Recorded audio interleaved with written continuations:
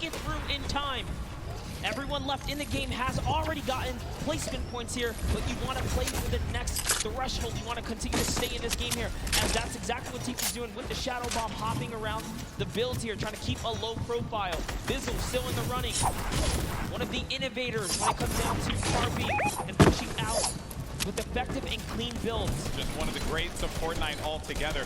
On the side, I was looking at this fight between Ruxin and Riversand. Riversand went for high ground numerous times, and Tifu gets eliminated by Mongrel. And then Rux has high ground, as you see on your screen to the left. Then you have Bizzle, still very much in this one. Takamura with more eliminations and earning placement points as more players begin to fall. And we're coming down to the final moments, Monster. That's right, we are. And we're going to jump into Takamura's POV here because he has 4 eliminations, and he doesn't plan on stopping. Neither does Magro, because Magro catches Benji Fishy as well.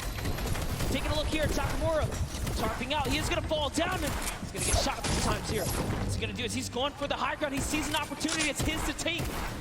Now jumping over with Mongrels in the low ground. Drops another player right here. Is he going to be able to connect it? Oh, can he convert here? He does not. So many players are landing in front of Mongrel here. Coming down the water. Top 9 remaining. One in front of Mongrel. Does he get the elim? He manages to just get away by the skin of his teeth. And now Mongrel gets up to the high ground. Maybe using this. If you keep jumping on the wall, you won't go out of the shadow state. He gets up top, but there's no one going to be there. There's a person all the way above him. Knocks the structure down. And the player does manage to catch himself and maintain the high ground positioning here. We have some great players still left in this game, but Mongrel with 4 eliminations is looking for number 5. And that was on Nate. We're now down to the final moments. Top 5 Monster. He had to fully commit there. Those are the maps that he needed. He's still in the game here. He's going to go all the way for it, and that's a trade out with the 109 to the face here. Huge elimination on Takamura. We're into a 1v1v1v1. Top 4 players now. Mongrel in the ultimate low ground, going up against a player. It's gonna be Boga.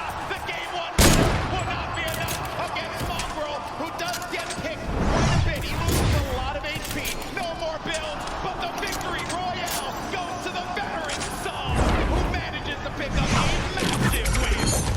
Using the shockwaves in the final moments to snatch the high ground, Psalm claims a victory, but it's Mongrel who had a ton of eliminations. It really was the ruining factor for so many of our top 10 competitors in that round right there. Mongrel was running roughshod in the ultimate low ground, but it's Psalm, the vet. He has performed in so many competitions at a high level, and it's no surprise here. When Psalm gets that high ground, everyone needs to look out. He's so good at that. Mongrel had no builds left. He had no HP to work with. He did the job he needed to do. Top 2, he got second place and a bunch of eliminations. And Shockwave's late game again. Such a great piece of equipment that you can use. And calls that right there, stands up, flexes, hits us with the let's go. He's feeling good, and that's a huge accomplishment to take a victory. And sisters, you only have so many opportunities to win here. Just to do that alone, it's magnificent. Yeah, it really, magnificent is the best word that I could think of at those final moments. Games 3 and 4 certainly did not disappoint. That was a wild, wild game. Here are the standings, though. Boga still holding on to first place. Look how far ahead he is.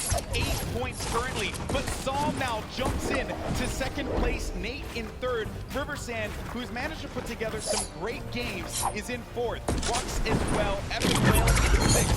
Skite and Dubs get knocked down to 7 and 8. And King, who has been very aggressive, is in 9th. And then Peter Pan from South Korea in 10th place. Doing so good. The last player we saw in 11th place, Epic Whale, shot himself up to the top guys. So don't count out Andretta, Benji, Savage, or anyone else here in the top 20 because they have to. Look at how close the point threshold is. Yeah. Everyone is in the running for top 10 right here, and that's life-changing prize on the line here. The stakes are so high. Yeah, the gap is so small, and these players have the capability of being able to get into the top 10.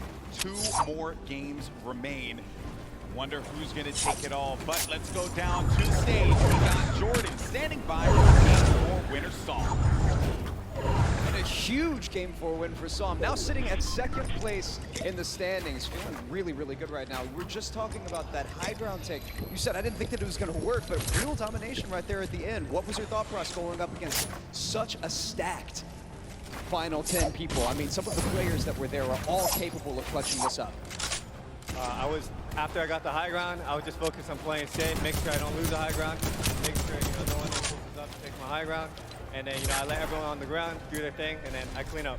And the cleanup was real. Back to you, Golden Boy and Monster D-Face.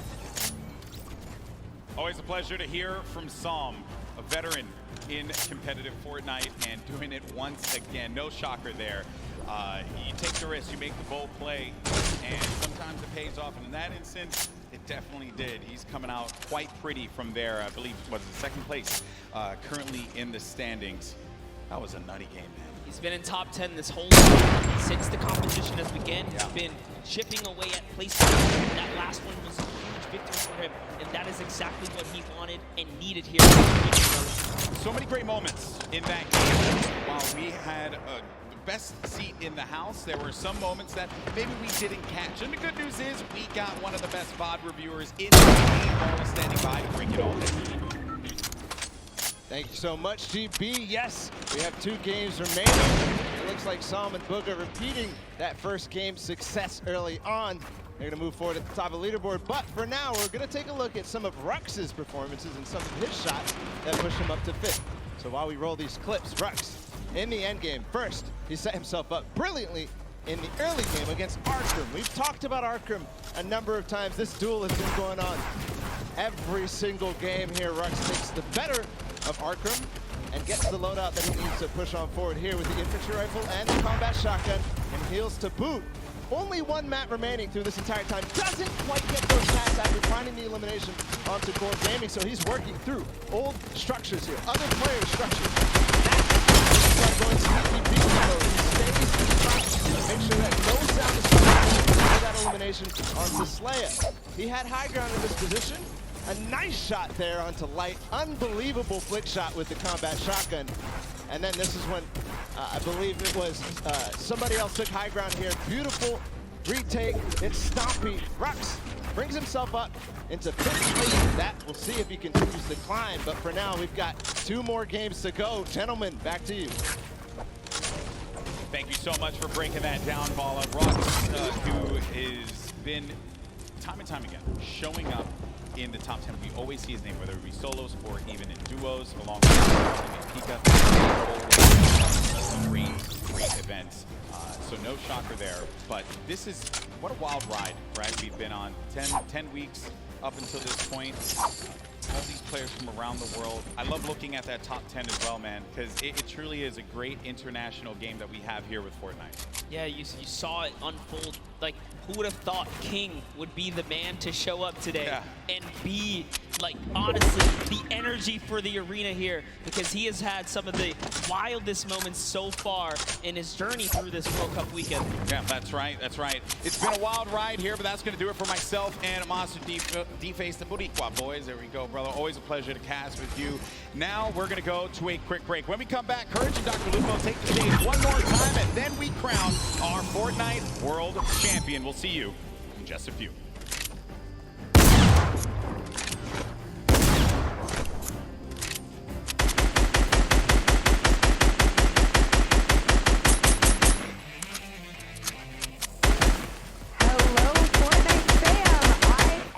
PookieFace_. I am joined here at the front of house with David, and we're going to talk a little bit about how all of these systems work, how we are bringing the Pro-Am, Creative Club, and the World Cup guys this weekend. So David, nice to meet you. Thank you for joining me here. What do all of these buttons do behind us? Tell me a little bit about what all of the technical things are here. So basically this is controlling all of the lighting and all of the video for the entire show. We're pushing out all of the videos that you see on all the screens, any camera shots that go up there. And then we're also making sure that all of the lights are at the right levels for player faces and everything else. So it's your job to just make everyone look good. Now, I know that you have some stats about the lights, the LEDs,